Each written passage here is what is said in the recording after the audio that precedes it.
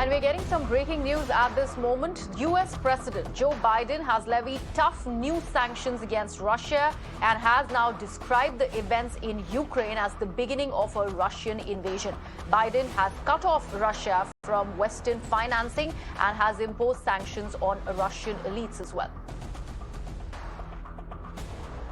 That there will be more sanctions if Russia moved further into Ukraine. In fact, Biden has said that Russia's actions are a violation of international law. The sanctions come even as Russia recognized two separatist regions in Ukraine as independents yesterday. We're implementing full blocking sanctions on two large Russian financial institutions, VEB and their military bank. We're implementing comprehensive sanctions on Russian sovereign debt. That means we've cut off Russia's government from Western financing. It can no longer raise money from the West and cannot trade in its new debt on our markets or European markets either. Starting tomorrow and continuing in the days ahead, we'll also impose sanctions on Russia's elites and their family members. So these are fresh sanctions that have been levied on Russia. I remember the United States of America had already threatened about very, very stringent sanctions that will be imposed on Russia if it does go ahead with the invasion of the Ukrainian territories. And now that it has recognized two separatist territories in eastern Ukraine, now the U.S. President Joe Biden has levied these fresh sanctions.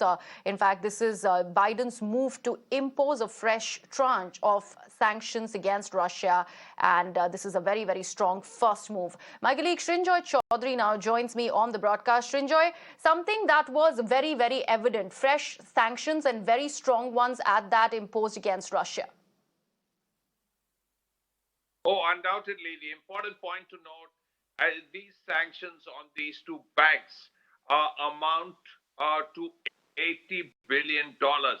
That is the strength of these banks, and sanctions on them, particularly one which finances the Russian military, will hurt the Russian social system and the Russian political and security system. That's the really important part. There are also sanctions on 5 people of 3 families, and that too is particularly important because President Biden and the Americans believe that, again, that will hurt the Russians very badly. Now, the point that is being made, as you said, is that this is the first step, and there could be fresh sanctions, there could be different issues that could happen.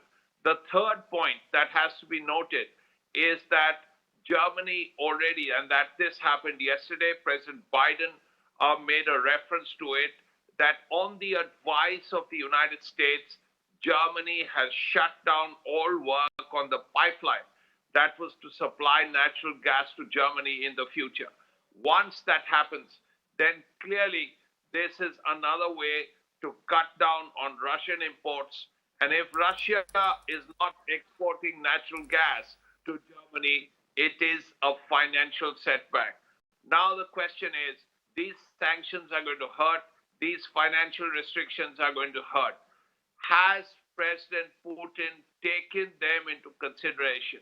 He knew this was coming in a way that we knew it was coming. So despite that, he has gone ahead and done what he has. Now the question is, what are the Russians going to do now is the big point we will have to wait and see. That's right, Sanjoy. Thank you so much for getting us all those details. In fact, some more breaking inputs coming in on this big story.